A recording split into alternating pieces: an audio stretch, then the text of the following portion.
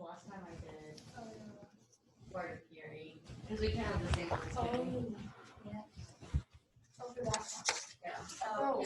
Oh, What are you talking about? What? I was thinking about human relations. Oh, she was talking about that. I was like, wait. I was like, yes, let's do tonight, and then I got confused when she started talking. I need to. Yeah. Yeah, I did tag and hard of hearing, but I haven't done any yet, so I just did first two. Okay, we ready? Ready. You say hard of hearing? Is that what you said?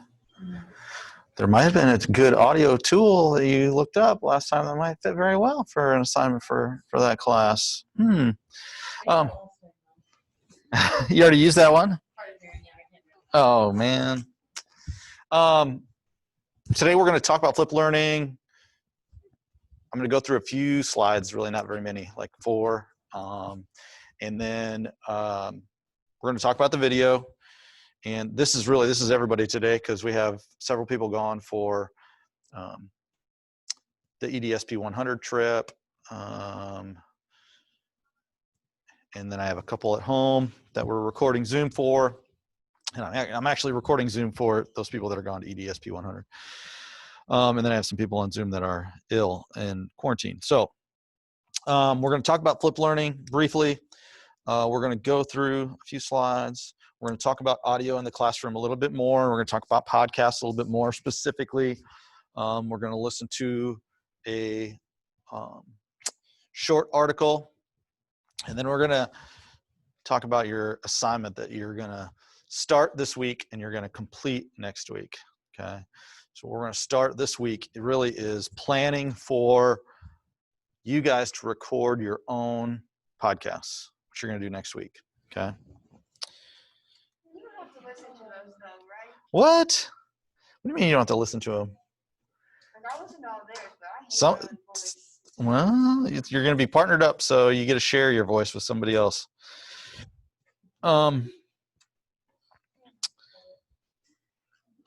Let's talk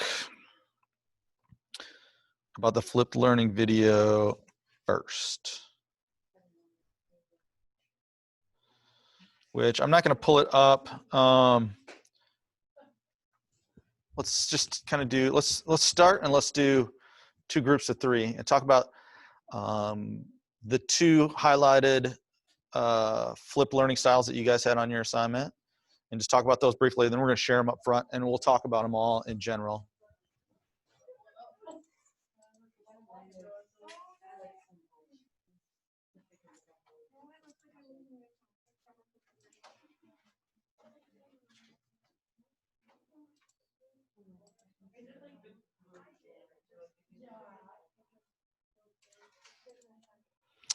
At home people, you guys can just hang tight and then we'll share out together.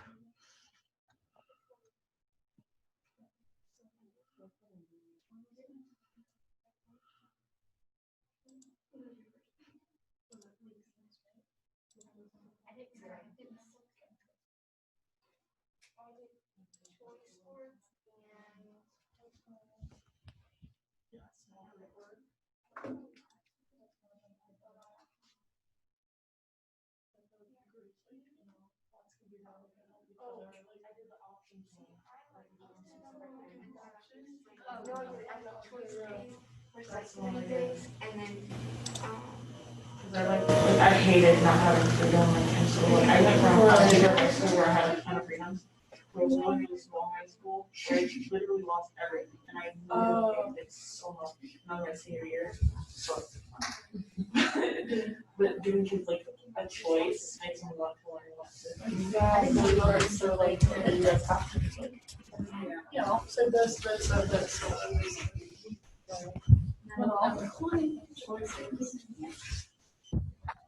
Oh, manipulative still. Yeah. Especially for, I mean, anything, but like that, especially that, like, you know, for visual learners, like actually being hands-on. Way more helpful when they're trying to learn those math concepts and stuff. Like you didn't want to. You would have assigned I that. thought I said was rethinking the technical work. I did have work video, Well, yeah, or was it that did like help. they spent more time practicing instead of learning? Yes. I was like, that's Wait, okay. right, instead of, I don't know what the thing was, but it was like reduced down to like, okay, so 10 minutes of the video, like that thing. I don't remember exactly what it was in the video, but I remember seeing that picture, like, the reduced, actually, Question, 30 right, minutes of practice. right. When you think about it that way. Yeah, it's just like how much time you waste. I don't remember, what were the times? I'm trying to think of what. There's 20 minutes learning materials and then like Right. 10 or 5 minutes practicing. Practicing instead of like, whatever.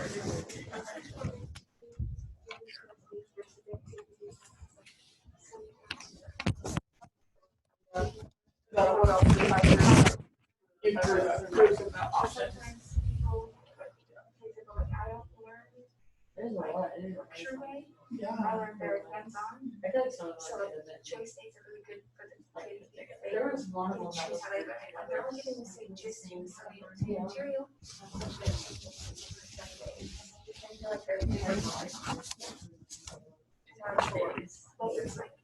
Oh, yeah. Those could have been, yeah.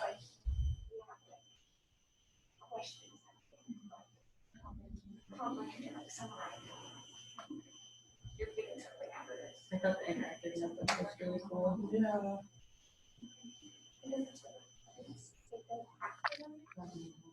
That'd be hard to do.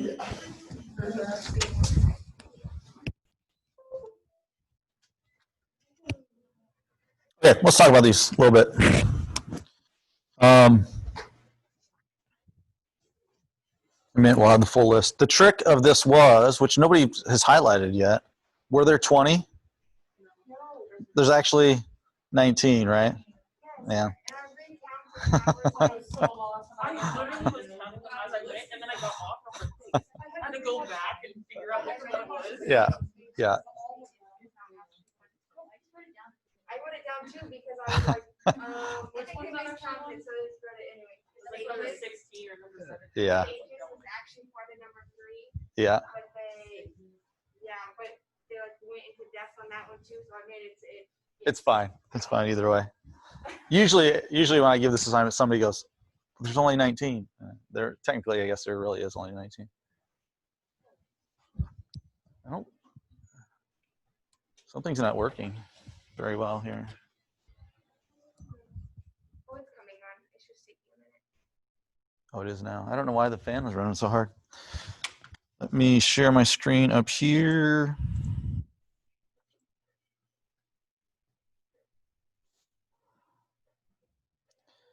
Okay. This is Cam's, but we're not going to look at our answers besides these right here. I just wanted to have the list, and this is the easy way to do it. So I want to talk about each one of these briefly, not in great depth, because we've got other stuff to do, and we're still going to get out of here early today. So I want to make sure that we do that. So guided practice. So I think somebody in this here had guided practice, didn't they? Anybody have that down as an answer? No? What is guided practice? Isn't it kind of like the you do, I do? Okay, so explain that. It's like where you do it together as a class, or like teacher examples it, and you do it together, and then the students come around. Okay, good. So a lot of these you're going to find out are regular teaching strategies that you've learned in other classes, except that we're putting them in a flipped learning model. Peer tutoring. What's peer tutoring? It's a simple, right? Having it. Yep, students work together. And the other idea with a lot of these flipped ideas is, depending on how you structure your day, and I heard you guys kind of talking about efficiency and having time, depending on how you use your flipped methods, I guess, videos, where you're signing instruction, how you're organizing your classroom creates more time. And by more time, then you can do things like having peer tutoring. You can have students work together in your class. Small group work. I always put small group work with the station model. Okay. Small group could be individuals working on their own in different groups, or it could be those groups working together. Station model. What's the station model? It's a classic elementary model.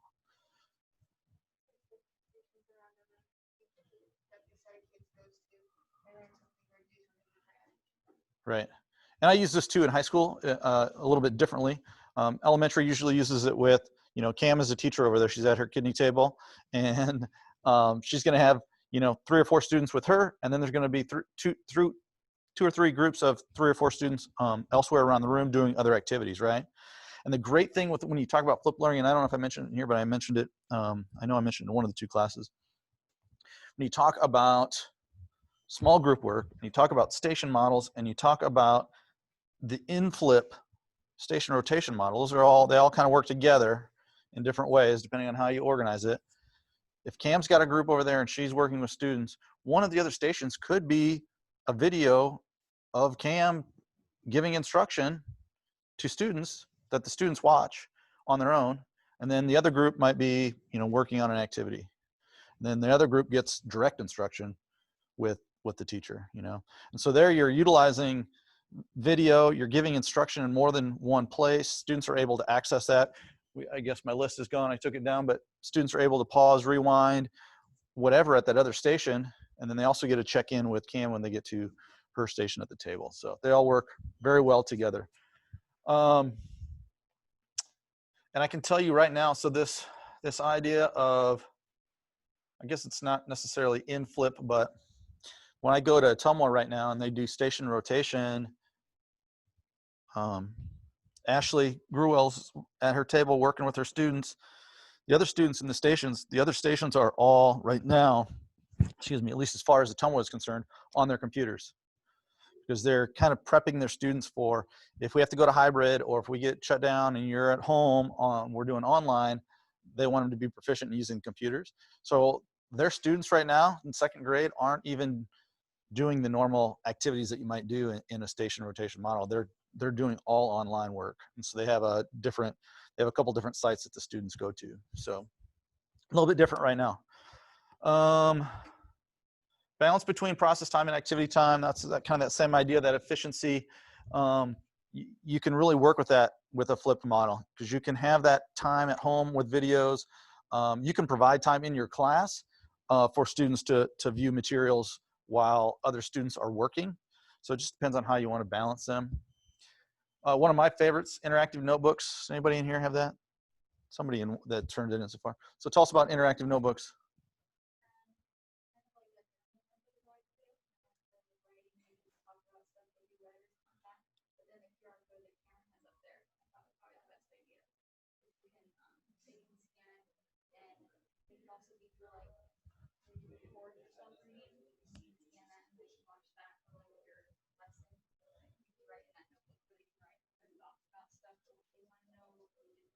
Right.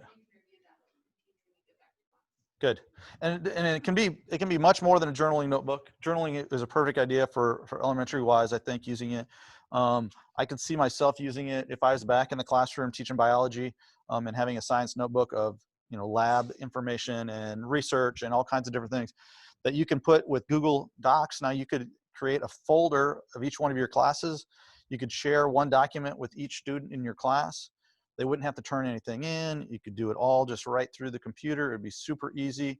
Like Kobe was talking about with the QR codes, you can scan things very easily. We're going to use Flipgrid later. We're going to dive into Flipgrid for a week where we really kind of dig into all the things with Flipgrid. And one of the things you can do with Flipgrid is, whether it's a video of yourself or a video from your students, you can share those QR codes and you can embed them in things so that students can click on them and watch the videos right from wherever they're at. So interactive notebooks, huge. My son is in 7th grade here in Oski, and I keep drilling this point to him, but they don't understand that he doesn't need to carry around 5 notebooks with him because he has also a Chromebook and he could just carry the Chromebook around, but they don't seem to listen to me when talking about that. Mastery organization, flipping instruction, recording each other's experiments, right? Simulations and manipulatives. I know Bailey had manipulatives on hers. A good thing with computers these days as well, when we talk about flipping and manipulatives, normally students, their manipulatives are in class. You're using things in class, right? So if you provide some instruction outside of class, it gives you more time to do the manipulatives in class. Another great thing is there's a lot of manipulative, I mean, it's going to be hard for me to say if I keep saying it too fast, that you can do on the computer. So they can do them at home even using the computer. And so they don't have a physical object. They're still able to organize items and use them like you would a normal manipulative. Yeah, yep. Simulations, I think we know what those are. When I think simulations, I think of like story problems. And there are lots of opportunities for that online. When we do our web quests, that's going to be a huge simulation basically that you're going to put your students into. When we talk about recording each other's experiments, and I think about student created content, both kind of go hand in hand, okay? Oskaloosa Middle School, their 6th grade used to, I don't know how heavy they still do it now, but they used to be heavy on some online stuff with videos. And so they would use their whiteboards. The students would get in the hallway, and one of their tasks was to teach a certain skill or lesson in front of the camera, and they would record it. So a good way to do that, gives students an opportunity to teach a concept, and then you can obviously have it recorded. You guys were talking about rethinking the timing of homework checks. Tell me more about that. That was mine. So students are basically watching the video at home. So instead of like teaching a lesson in class, like you're spending 30 minutes of teaching and then like 5 to 10 minutes on practicing. Students are allowed to spend 30 minutes on practicing and then that like 5 to 10 minutes on like asking questions for clarification. Right. I thought that was way better. Yep, you're giving yourself more time to interact with your students on the content as opposed to me being up here telling you this is the way it is, right? We already talked about station model a little bit. Flip the writing workshop. Does anybody remember what that one is? That's another one of my favorites.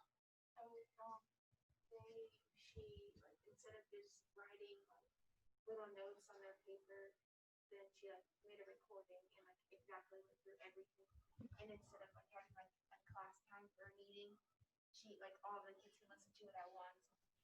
Yep. Go from there and then make corrections. Right. Flipgrid is another great one for this. So, and I'll show it to you in a few weeks when we get to the Flipgrid week. But so if you have students write let's say they write an essay, all your students in your class, you've got 25 essays. You want to go through those essays and provide feedback for those students. It's hard to do in a classroom situation because you don't have enough time. You're going to pull them up front. We're going to go through it, and we're going to go through it really quick, and I'm going to show you my red marks or whatever, and we're going to talk about it. We'll have a few minutes, and then I'm going to send you on your way. And then the next student has to come up, and then the next student. When you flip the writing workshop, what they're talking about is, like Sammy said, you're going to provide that feedback or the assignment in a recorded manner.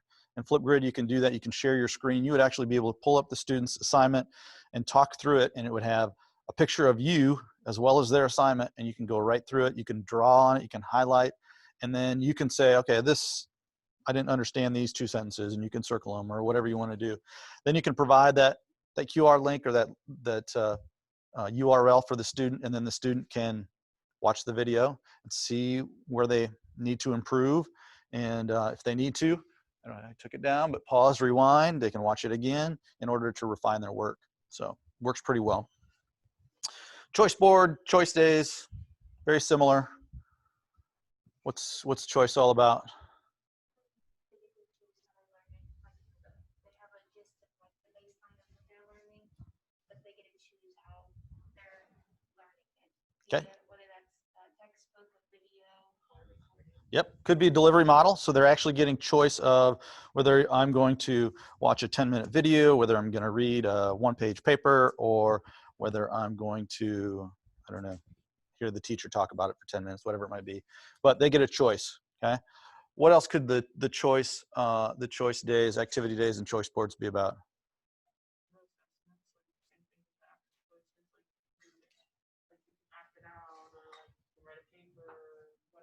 Okay, so choosing how you want to complete the assessment piece of it, okay? And this is a warning from experience. Be careful when you do that. I like it, and I've done it before in my class. The trick is, okay, I'm going to try to compare this essay to somebody else that did a simulated play up in front of the class. So your assessment's going to have to be the same. You're going to have some way to judge the same qualities in both activities so that you can measure the standard in the same way, which can become tricky. Okay, so just keep that in mind. Inquiry, it's just more time. So when I think about the science classroom, specifically, and this will be the same for you, especially in your upper level science, if you provided some form of information for them outside of class so that when they come to class, you can get right into the lab and have them explore and learn the science activity of the day. In Flip, I talked about that a little bit with the station model, but having videos prepared for your students. And this is huge. And then you can do this. It doesn't even have to be about the idea of flipped learning, but slowly start to build what I call your video library. Have your library of, if you know you're going to be first grade, maybe you're going to have a video on adding 1-digit numbers, adding 2-digit numbers, subtracting 1-digit numbers, and they're short. They're like 4 or 5 minutes long. You have those videos and you have a place for them where the students can access them. And then if they're having trouble, you can direct them right to your video library and say, hey, I've got this video on subtracting 2-digit numbers. Check it out. I think it's going to help you with your assignment.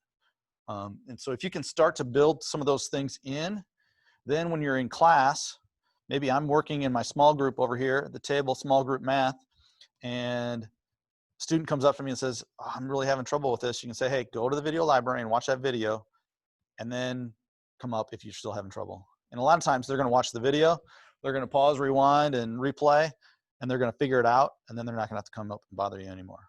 I shouldn't say bother, but you know what I'm saying. Video story problems, that's the web quest too. Same idea. We'll get to that here in a couple of weeks. Okay, after midterm, I think we do web quests. So good. Lots of great ideas. I know you guys wrote about them in your assignments. They look good. I know people were kind of surprised at the number of things that maybe they hadn't really thought about before. So that's always good. Okay. So on Tuesday or Thursday last week, you guys had some audio, the audio scavenger hunt, audio video scavenger hunt. We're not going to go through all of those. You guys had some good ideas on there. I think for me, the idea was really just to show you the number of different things that are available to you out there.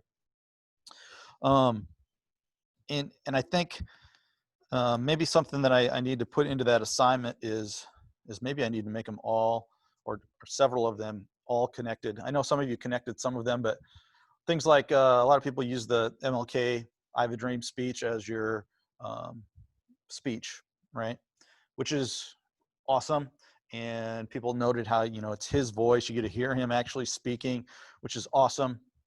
There's a video tour, actually what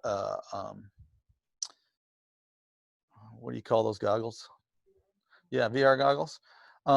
There's actually a VR tour of the museum, which the museum for Martin Luther King and the civil rights movement is actually in Memphis at the hotel where Martin Luther King Jr. was shot. That's where the museum is at. You actually go to the old hotel and that's where the museum is.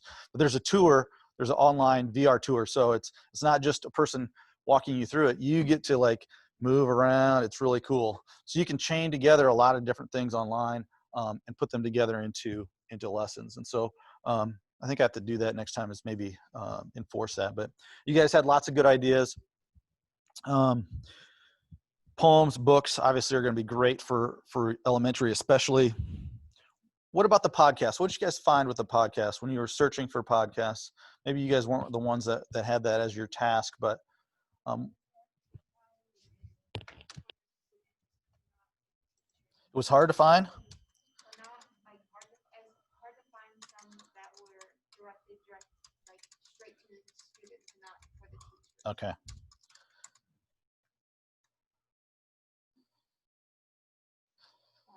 You're a better Googler than I am. All I did is add elementary students. There's a ton out there. If you would just go to like Spotify or Apple or whatever it might be a little harder unless you specifically were looking for topics, but there's a ton. NPR is another a good place to look.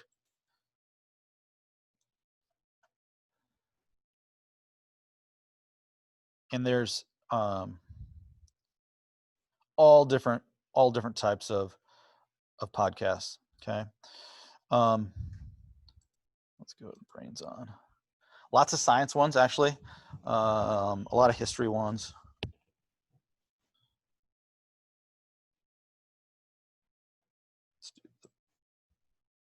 You're listening to Brains On, where we're serious about being curious. Brains On is supported in part by a grant from the National Science Foundation.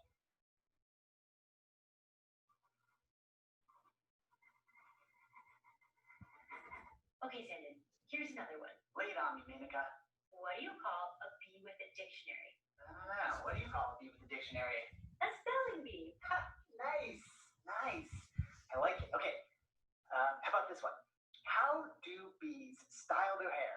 I don't know, how? With a honeycomb. Oh, I like it. Maybe you gotta follow about a bee's favorite haircut, the buzz cut. Oh, good one. I thought it would be the beehive. Either way, that's definitely going in the set. Hey, you two. Still working on getting that hilarious hive badge for your bee squad crew? Yep, we've got to come up with a type 5 of killer bee jokes. If we can make our entire squad laugh, we get the badge. And if anyone laughs so hard they squirt nectar punch out of their nose, we get a bonus badge. Wow, well, good luck. Oh, and did you hear about the bee who couldn't make up her mind? What? No. Yeah, she was a total maybe.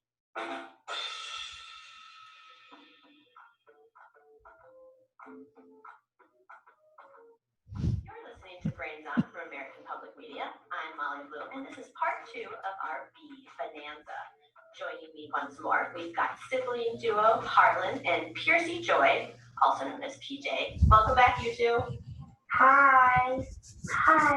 So, after our last taping, did you tell the bees about the taping? I did. What did you tell them? You're going to be famous. That's awesome. Harlan, do you mean they're going to be famous? Yes, they're going to be famous. Okay, so podcasts for students don't always include students, but they are always entertaining, discussion-based, usually, with a topic. Most use some type of humor. It's kind of like a radio station show, like a talk show almost, except in these cases we're talking about specific topics. And you can see on this one, the buzz on bees, continents, stars. This one, the poop party, which I don't know what the answers to poo questions is all about, but they've got answers on that. Kids have more energy than adults. I mean, the topics are just fairly random, but all science or inquiry-based type things. They are questions that students might ask, and then the people on the podcast are providing answers for, right? Lots of different ones. Let's see. You don't have to be a student to have interest in them. There are a lot of people that listen to them beyond. Fables. So just fable stories. The English language. Some of these are high school. Stuff you missed in history class. So lots and lots of different topics and different curriculum areas. Okay. Are we all elementary in here today? I think so. That'll be good. So podcasts, a lot of them are audio. Some have video involved now. I think I talked about that last week a little bit, in how it makes it so easy now with computers to do your podcast and actually have a video with it as well, not just audio. But I can tell you that probably 90, well, I shouldn't say 90. I shouldn't give it a number. Most schools are going to request students to have headphones. Okay. And if they don't have them, the school usually has a place or has someone that provides extra for them. Okay. So they can listen to things like podcasts. This could be when we think about a flipped model, where might they listen to a podcast? Could be a station model, okay? You could be at a station, and then one of the stations is to listen to the podcast, okay? And kids are pretty adept at using computers and being able to play and rewind and et cetera. So even if they didn't get through it the whole time on the first day, maybe they listen to it, because that last one was 31 minutes long. So they're not going to get through it all. So they could remember where they were at and go back to that spot the next day once they're in that station model. So you guys are going to make your podcast, they're only going to be 15 minutes, 12 to 15. Okay. Won't be as long. I want to listen to this article. This article says, why listening to podcasts helps kids improve reading skills. It's from MindShift, which is it's a education and science and based web page. It's from a few years ago, but it's good. So we're going to listen to that. I actually plugged it into a free text-to-speech tool, and it's going to read it to us. English teacher Michael Godsey is an early adopter of podcasts as a teaching tool in his high school. At first he used episodes of This American Life and Serial because he was impressed by the critical thinking and engagement he saw from students. He also liked that students were having deep discussions about the stories with other adults who were listening to the same podcasts. But recently, he noticed something else important. Listening to podcasts makes his students want to read more. Listening to stories does not immediately seem connected to reading, and in fact, readers of MindShift stories about podcasts in the classroom have commented that they don't offer enough rigor. However, Godsey discovered that most of his students prefer to listen to a podcast while reading the transcript over listening or reading alone. The combination of audio and text allowed for reading breaks and helped students learning English as a second language connect the text to the sounds. The more Godsey noticed the positive learning behaviors and increased literacy that came with using podcasts, the more interested he became in other research that might support what he was seeing. And he found it. In an article in The Atlantic, Godsey writes, a similar situation in India was observed on a much larger scale when, starting in 1999, certain networks started supplementing some of their television shows with same language subtitling, SLS, and the country's literacy rates soared. The Boston Globe reported on the phenomenon in 2010, claiming that in the last 9 years, functional literacy in areas with SLS access has more than doubled. And the subtitles have acted as a catalyst to quadruple the rate at which completely illiterate adults become proficient readers. This and other studies seem to show that listening while reading helps people have several successful reading events in a row, where they are reading with accuracy and enjoyment. And listening has been shown to help with decoding, a fundamental part of reading. Okay, so you're reading students, right? So you got some of you in some sort of reading class, right, with Pepe right now.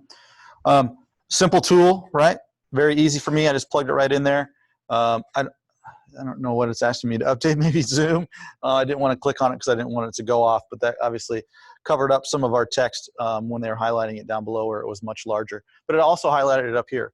And if you can think about a student that has trouble reading, being able to hear those words, and you're not always able to sit with that student and read to them, or you don't always have someone that's able to do that. So by using tools like this, you're able to help them. The podcasts, a lot of the podcasts will follow books. And so you have podcasts that cover just a particular book, and they are able to listen to the podcast and to read the text if it's in that format. We will talk about SLS or subtitling with Flipgrid as well. Flipgrid has text-to-speech and speech-to-text built right in it. And so you're able to, if you go to Flipgrid and you have your prompt, you can click a button, it will read it to you. And then you're able to see it just like this one was. It takes you right through it. And then also the videos that students watch, you can have those closed captioned. And so you can have the captioning right on there with you speaking. So if you're thinking about making an easy podcast type lesson or video, You could do it through Flipgrid and have that closed captioning right there for you. So pretty cool, right? I think so. I didn't have this tool when I was teaching. I've never tried the dyslexic font, but it must be easier to read is what I'm guessing. So that's pretty cool too. Okay. So today for at least another probably 10, 15 minutes, I'm going to show you a couple things. Then I'm going to cut you loose to work a little bit in pairs, and then I'll cut you loose with your assignment early.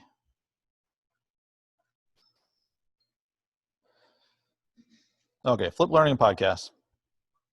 Oh, we haven't talked about flip learning yet, or beyond the pillars that I was going to show you. I think I'm going to skip that for now. So we just listened to this. Why listening to podcasts helps kids improve reading skills, right? I have a couple of what I call extra resources. We're going to use these. One is Audacity itself, which is an audio recorder. Okay, it's really easy to use. It looks really fancy and like there's a lot of things to it, but really the only things you're gonna have to worry about initially are recording it and being able to play it back. If you want to do editing and some other things, you'll use some of those other tools, but generally it's really simple to use. You'll watch a video on that. That'll be part of your assignment this week, is actually to watch this video, how to get started with Audacity. And it's like 8 minutes long. So you'll watch that this week. That'll be part of your assignment. There's another podcast recorder. It's called Anchor FM.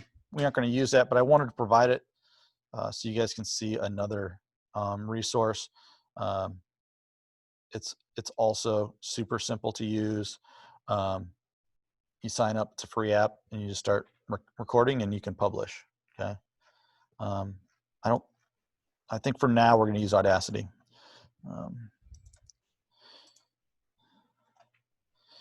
So for you guys, what I want you guys to do,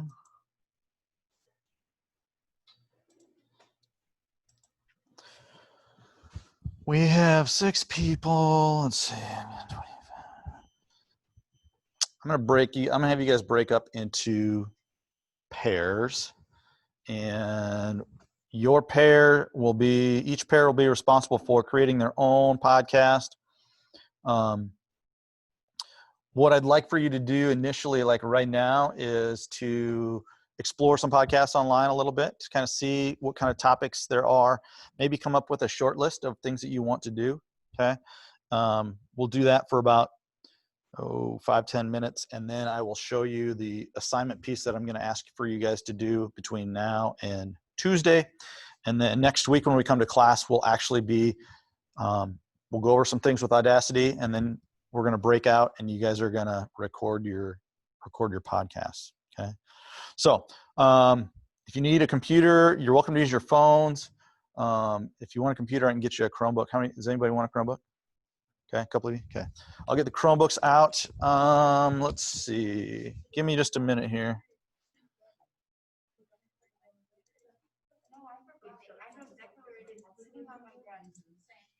Let's see. At home people. Desiree and Jake, you guys are both secondary. Kat, what's your focus? Are you elementary? Yeah.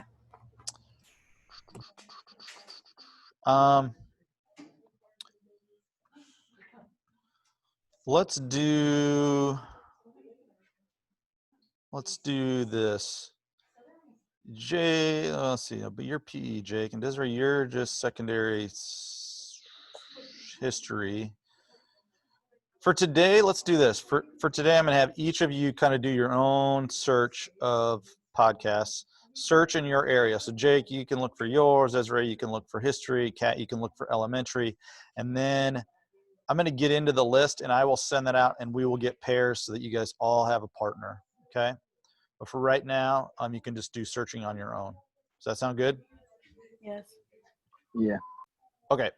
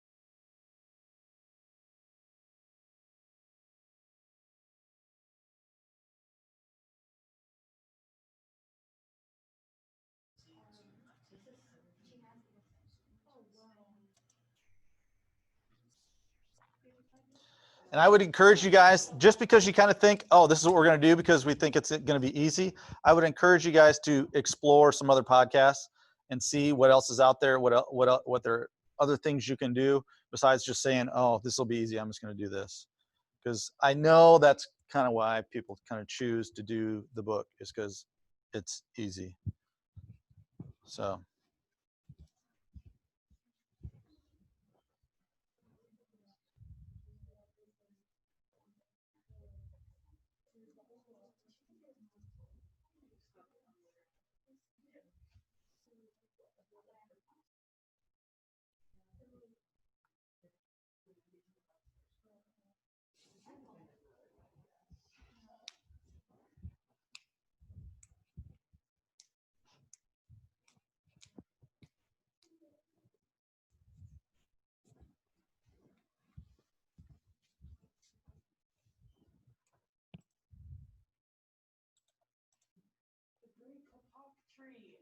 Yeah, that's what it is. Never heard of it. Oh, it's a good book. You should read it. Have you read Stone Soup? That's a good book too. My kids are much older now, so I don't really read the little It's a good kid stories anymore.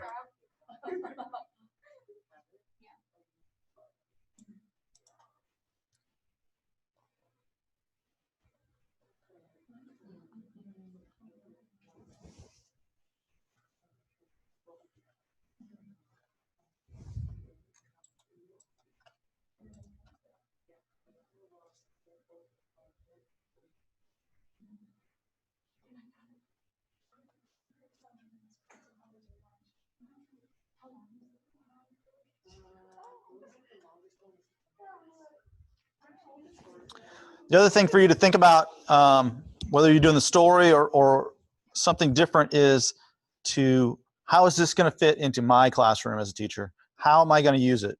Don't just pick a book because you think it's fun. Pick a book that you're going to use in your classroom with a meaning or reason behind it. Okay. It's not just hey, listen to this podcast to waste some time while I'm doing other things in the classroom. It's going to be, this is a focus of a lesson.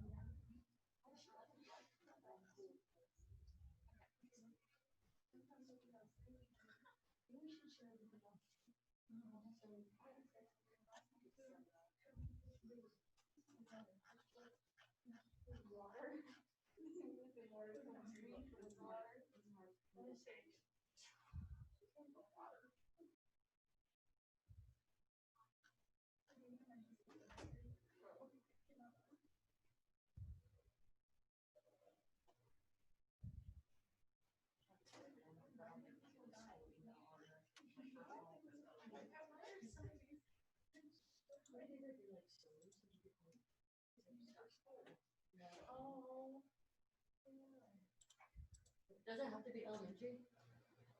What are you learning to be? An elementary teacher. Yes, I would like for it to fit into your classroom. I mean, you could do, if you want to do upper elementary, you can do a 6th grade. But yeah, it should be, everything you create in here should be something that you could actually just be in the classroom and use right now. I have a question. Okay, let's talk about the assignment, then I'll cut you loose. On Moodle, there's an assignment that says podcast script. Okay. For this lesson, you'll be writing a script for the podcast that you will record in class next week. Your podcast should be approximately 12 to 15 minutes in length and should be something you could use in your classroom. Along with a partner, you will select a topic and develop your scripted plan for recording. These will be audio only, no video. Okay.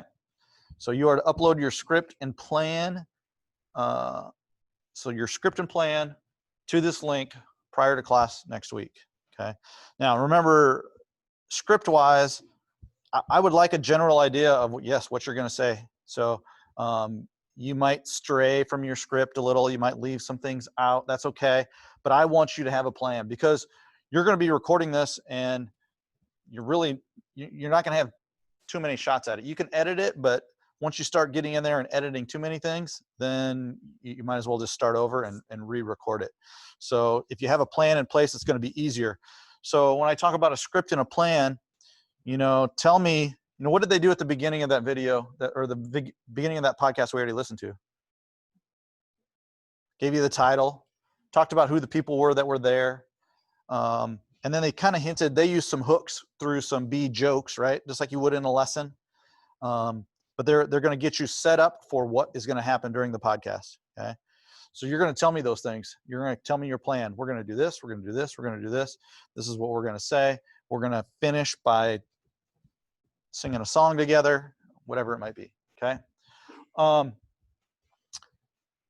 you're going to put all that together in a document. And I would recommend using Google Docs, and then you could just share it between each one of you. And then when you're ready to upload it, you can download it and then submit it onto Moodle. Yes, ma'am. I can do.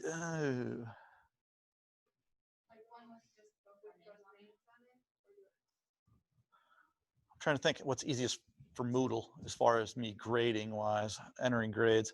I think we'll be all right with just one as long as both names are on it.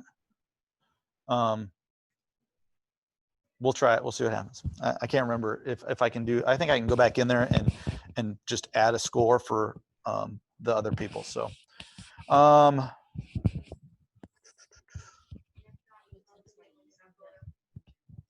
what's that?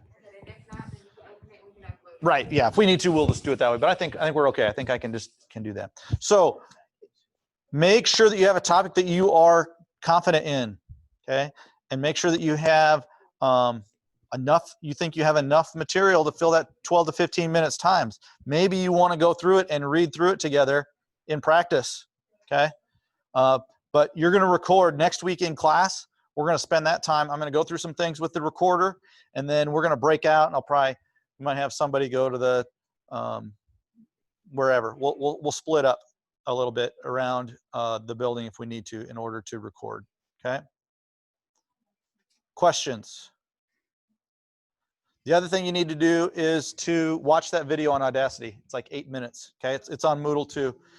If you go right to Moodle, it says how to get started on Audacity. It's 8 minutes long. And then there's your podcast script that you guys are going to work out together. Okay. Yes, Sammy.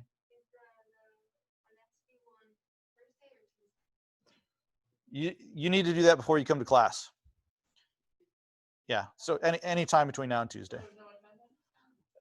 That's your attendance. You'll be fine. Yep, you'll be fine. I don't have a separate one that we have to do just this week. That's specifically for attendance. Okay. I guess that's it.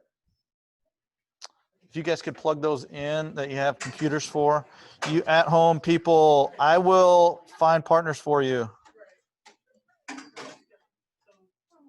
Okay.